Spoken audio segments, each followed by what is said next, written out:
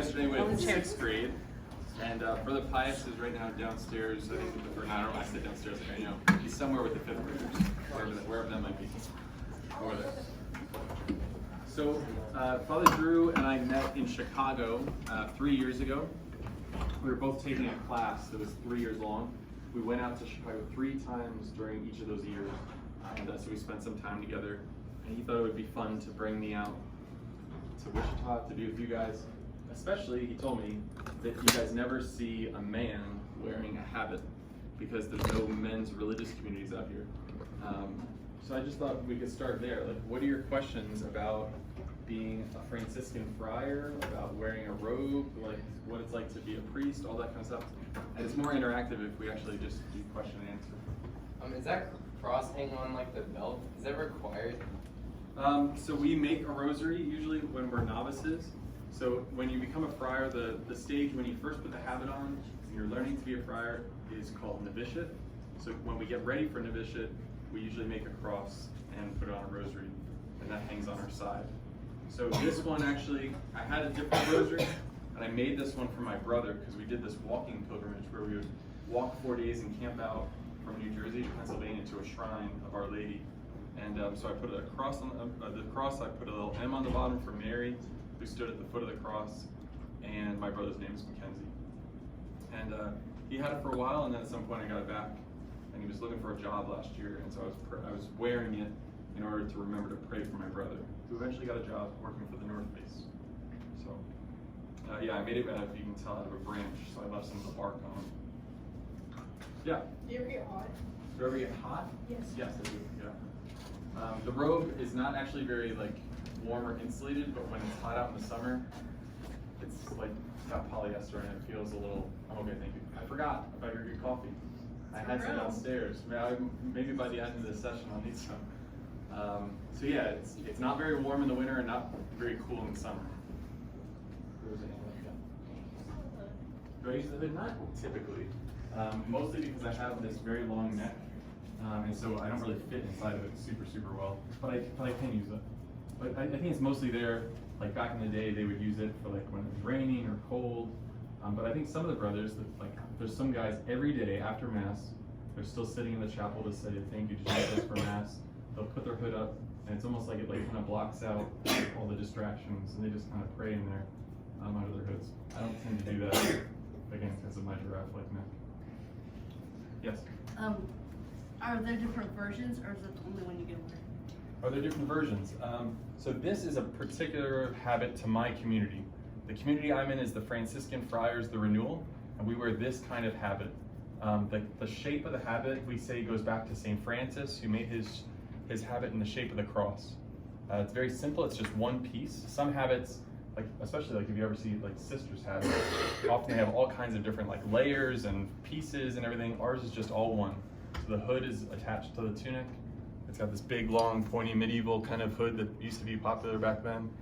And so I have 2 of these. This one was just made for me last year. One of my best friends, his mother-in-law is a tailor, so she made this for me. She measured me, so it's the only time I've ever had handmade clothing, specifically custom made for me, is my habit. I have another one that was made for me 10 years ago, and it's all falling apart and has big patches on it and stuff like that. So they're different in that way. So you guys don't have to make it yourself, and you can get it when you want. Right. So in a lot of sisters communities, part of the when they're entering, when they're just beginning, they learn how to sew the habit together and they make their own habits, which is pretty neat. But in my community, we don't learn how to do it ourselves. We have one of the brothers who makes habits for us when we first join. But then also, if you know somebody like my best friend's mother-in-law, she can make one for me really easy. So. And can you put the hood on? Can I put the hood on? You guys are really obsessed about the hood, huh? Yeah.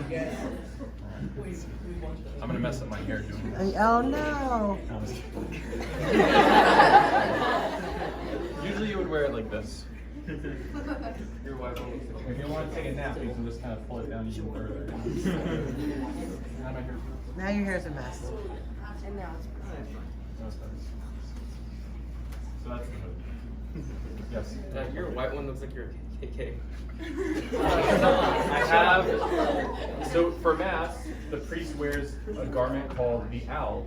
Do you know why it's called an alb? because the word, yes? Is this same for purity? Okay, yes, so it reminds us of purity, the white robe, that's very good. The actual word itself is from albus, which is Latin for white. So it's the white robe that we wear when we celebrate Mass. And I put that on over this habit. And it has a white hood on it, because I'm a Franciscan. But actually, you know, an interesting history with the Ku Klux Klan, they stole their design for their robes with the hood and everything like that from Spanish penitential practices. So like during Lent, people would wear those outfits and they would cover their faces because they were doing penance. They were doing, you know, fasting and all this kind of stuff. And they would go in procession, but they didn't want everyone to know who they were because they didn't want to say like, hey, I'm doing all this great penance. I'm giving up all these things for Lent. So they would cover their faces. But for some reason, the KKK like took that over and used it to hide their faces when they were persecuting people. So it like, that's what the devil does, right? The devil takes something that's actually good and he he twists it. Because he can't make anything himself. He just takes what God made and he twists it to be just slightly off, which takes us down the wrong path. And you can see that clearly with that kind of thing. Yes, sir. Have you ever worn that in public and got like rather weird looks? Yeah, it happens all the time. I'm here in Kansas. Yeah. Because nobody has seen a friar in this. So when we went to the Lord's Diner the other day, and a lady said, "Why are you wearing a dress?" I said, "Well, it's actually," and then we got into a conversation about it. So I think it's just a matter of like, what's your personal, like, what's my attitude towards it? Like, I have to know when I go out in public dressed like this, people are going to say things, you know. So I just have to be okay with that. I was actually back in the Bronx. At night, I sometimes will go out for a walk and pray my rosary. So I was just going for a walk. It was like 9 o'clock at night, and a mother was walking home with her 2 kids, and the one kid was like this big, and he kept like tugging on his mom. He was like, and then he said out loud, "Mom, look, there's Jesus." You know. And, so I just got to be ready for that kind of thing, you know. So I'm just like, "Hey, how are you? God bless you. You know, have a good night." So just respond friendly to them. Is it comfortable at all? Is it comfortable? Yeah, it's like being in your pajamas, or you're actually like a sleeping bag all the day long, you know? So that's a good thing for the hood. You just pull it over a little nap time. Do you have to sleep in that, or do you have a different pair you can sleep in? No, yeah, we don't sleep in the habit. So we consider this our ordinary clothing. So it'd be what I ordinarily wear. But when I sleep, I just wear pajamas. Yeah. My mom for Christmas got me a pair of Tommy John pajamas in my favorite color. It was good because it replaced my Batman pajamas, which were getting worn out. And then you have like serious clothing, or I don't know, like. Wait, no, I like this. Can you describe for me what you think my serious clothing looks like? What is my serious clothing? A darker shade of gray. A darker shade. Like the formal wear? Yeah. No, this is it. This is what you got. Oh, so like even when you're like doing like ceremonies or anything, that's the same thing. Yeah. So if I'm performing like a wedding, I would usually wear my owl, the white robe, over it, and then wear either the cope, which is the cape, or the chasuble, which covers everything. Yeah. Good question. I like that.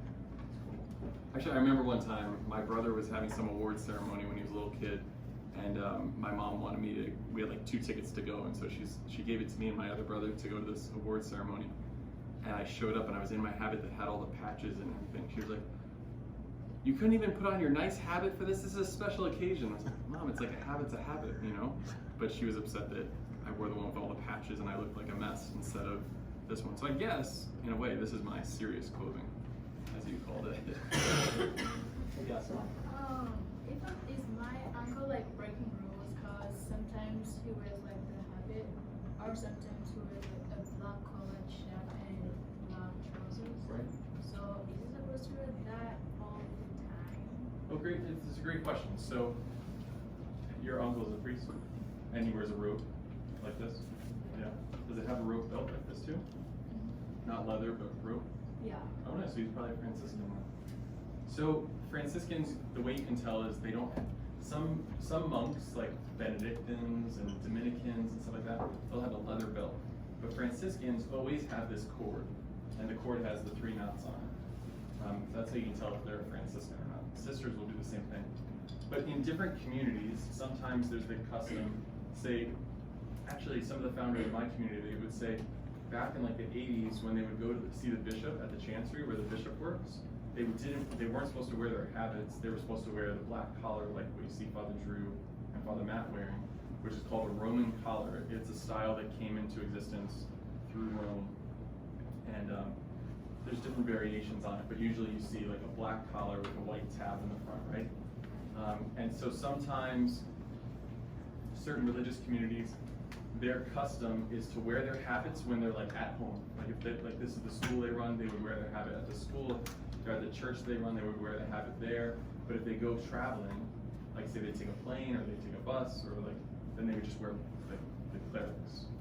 But I don't think he's doing anything wrong. It's just different customs of different communities. Yeah, good question. Are the only shoes you guys allowed to wear Birkenstocks? No, what is Brother? Oh, Brother Pius actually, because of his cerebral palsy, he wears sneakers. But yeah, some of the guys have Chacos or Tevas or stuff like that. Yeah. Good question. Yeah, any sandal will do. Okay. Are you guys allowed to have like technology? Like What kind of technology? like Technology? like a computer? Oh, okay. I thought you were like some sort of robot or something. No. Alright, or can you have a Roomba? We actually just have hardwood floors. I guess the Roomba could work on a hardwood floor too, but no. So we try to keep things really simple. So we take a vow of poverty, and with that we try to keep it real simple. So we use brooms when we actually use them, which isn't very often, unfortunately. You usually just pick up the dust balls in the corner of the room. We don't have we have a computer in the house, but it's not hooked up to the internet, and we just use it to do like our bookkeeping or word processing.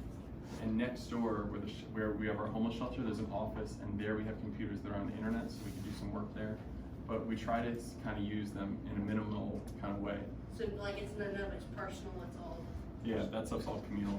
Now there's certain friars, a couple of the brothers who are in charge of the community, who have to do like a lot of phone calls and a lot of planning and all that kind of stuff, and they actually do have personal cell phones. But the rest of us don't typically have those. Yeah, good question. We don't have like TV in the friary either, like cable or any of that kind of stuff. But Are you allowed to watch it like Yeah. if you rent a place? yeah, so like what we'll do is like get together with friends at their house and watch a movie or something like that. When I'm home, I catch up on all the shows with my mom and my brothers.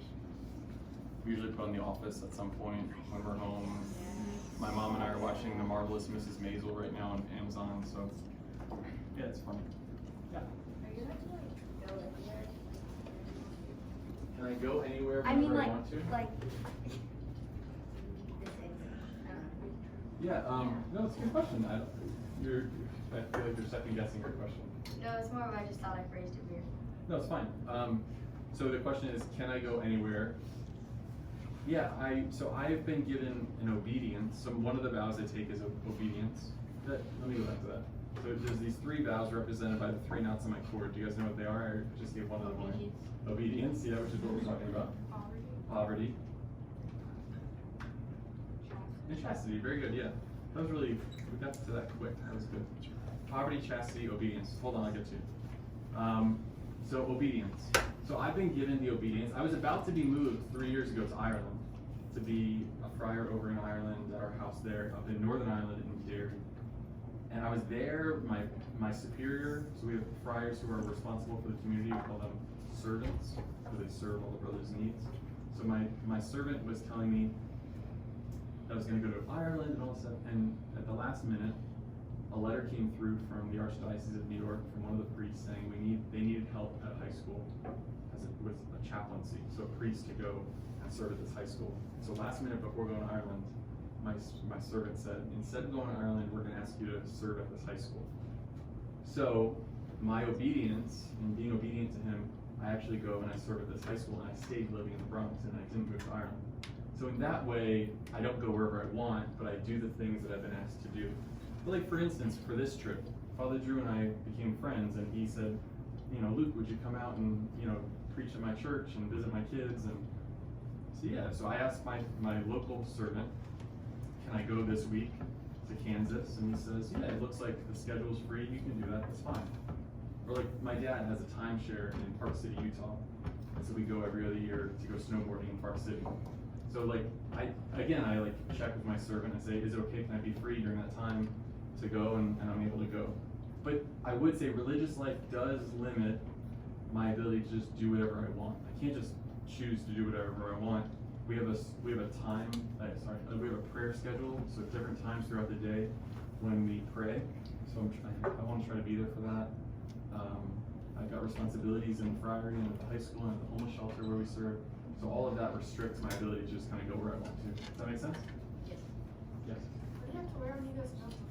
So, as I mentioned briefly earlier, my brother works for the North Face, and before that he worked for another smaller snowboard company, and so he actually gets me a snowboard outfit that I So you wear. don't have to wear that? So I don't wear this when I'm snowboarding. It would probably get cut at the bottom from riding over by the board, I would guess. Actually, I remember right after I made vows and I got out of novitiate, I was visiting my family, and my brother and I same brother, we went longboarding, and with a skate slope downhill. And I made like a heel side turn, and the board ran right over my habit and like ripped the whole back side of it open. So for sports like that, like when the brothers play basketball, or even when we're doing like work around the fry and we have to like climb the ladder to like paint something or change the light bulbs, typically you take your habit off and wear work clothes, so because you don't want to trip and fall or get paint on it or something like that. Jeff, you back there, let's forget. So if everybody is called like a brother and then you're the father, so Yeah. would that mean like you're ahead of them? Okay, good question. Really good question. So, just like we call our superiors or the guys that are in charge, we call them servants, because Jesus said at the Last Supper, I came